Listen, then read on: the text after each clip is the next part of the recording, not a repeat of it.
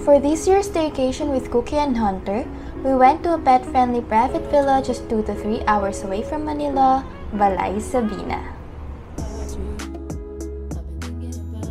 It took us around 1 hour and 30 minutes from Bacoor to Balay Sabina. Wala namang traffic so medyo mabilis yung biyahe. And bagyuhan nga nung time na to kaya walang pasok sa school and medyo maulan on the way. Yung exact location niya is San Francisco, Tagaytay and malapit lang yung Balay Sabina sa Pink Sisters and other spots na pwedeng puntahan around Tagaytay. Isa ka rin ba sa mga hindi makagala kasi naiiwan ng fur babies at home nang walang kasama or hirap humanap ng pwedeng pagstayan na pwedeng isama yung fur babies nyo? If that's the case for you, check out Balay Sabina.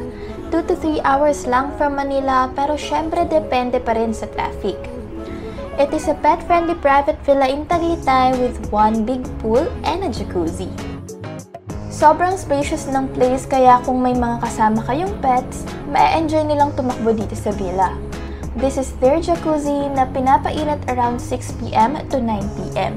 And yung big pool naman nila is 5 feet yung lalim. They have a pavilion na may dining area and living area na merong TV with Netflix, videoke, and board games. Hindi kayo mabobore dito kasi ang daming pwedeng gawin and may mabilis din silang wifi.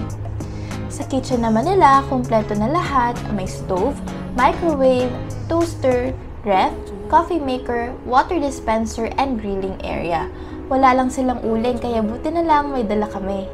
Lulutuin na nga lang yung dadalhin nyo dito kasi kumpleto na pati cookwares, utensils, and condiments. Syempre, since pet-friendly nga sila, meron silang mga toys and life jackets for your dogs and meron nga ring dog beds sa bawat kwarto. Also, they have this space na dedicated para sa mga pet para makapaglaro sila. Dito rin sa baba near the pool area, merong toilet and bath with hot water and kumpleto na rin with toiletries. Damit na lang talaga yung dadalhin nyo. Pwede rin kayong mag-request ng towel with extra fee nga lang. Akyat naman tayo sa mga kwarto. Ganito pala yung view kapag umakyat ka papunta sa rooms. And they have 3 bedrooms and 2 of these ay may toilet and bath na. This is the first bedroom. Ito yung malapit sa may hagdan, wala nga lang tong toilet. Then yung second room naman, mayroon na siyang toilet and bath and mayroon na rin siyang toiletries.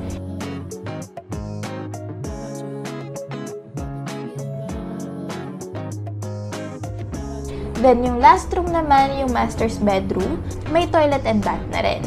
And lahat pala ng rooms dito ay air-conditioned, kaya hindi mainit matulog. Ang sarap nga ng tulog ni Cookie dito, tapos si Hunter naman parang namamahay nung una.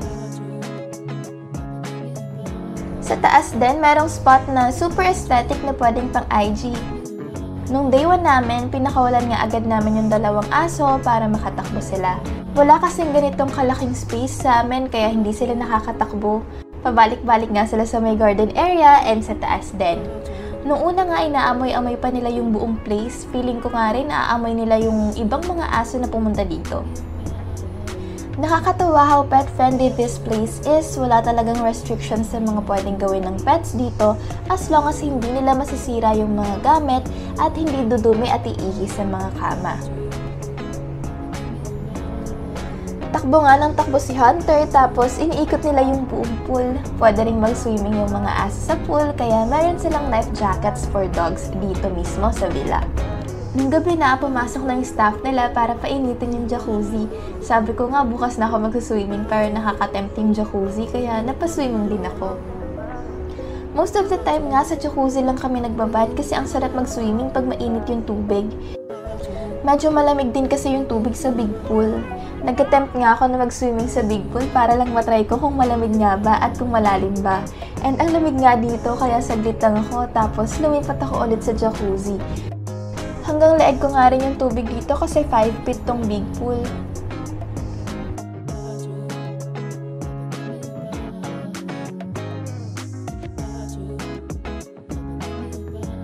Oh, may nagpapavideo pa sa ilalim ng pool. Pinalangoy nga rin naman yung 2 aso kaso hindi sila marunong lumangoy pag walang vest kaya naka-vest sila. Dala pala namin tong vests na to pero meron sila dito from extra small to XL.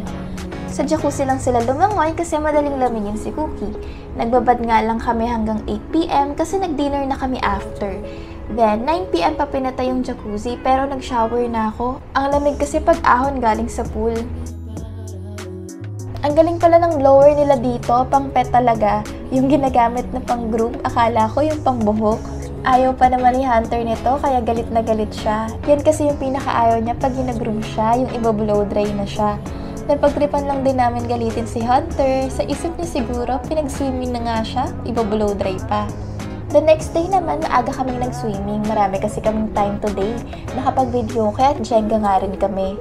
Nag-video kaya nga ako habang nag-swimming sila. Tapos yung mga aso, sa gilid lang kasi ayaw nilang maligo. Tsaka malamig pa kasi kaya patay pa yung jacuzzi.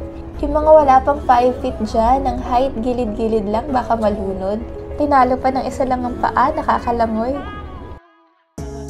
Oras na naman para galitin tong biik na mukhang aso, ayaw niya kasing maligo. Ayaw magpabuhat kasi baka raw paliguan na naman siya. Belly rub na lang daw.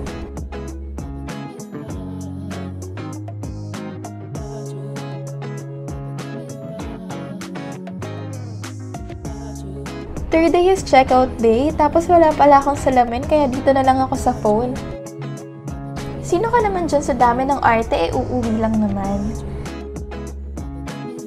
Kumain lang din kami sa Salakot before going home. Pet friendly rin kasi dito. Sobrang dami palang choices sa menu nila and may cafe pa. Ang laki nga nung place tapos may souvenir shop din inside. I can say that we enjoyed our 3-day stay sa Balay Sabina. If you need a break from all the stresses in life, it's your sign para mag-staycation ka rin. That's it for today's video. Bye!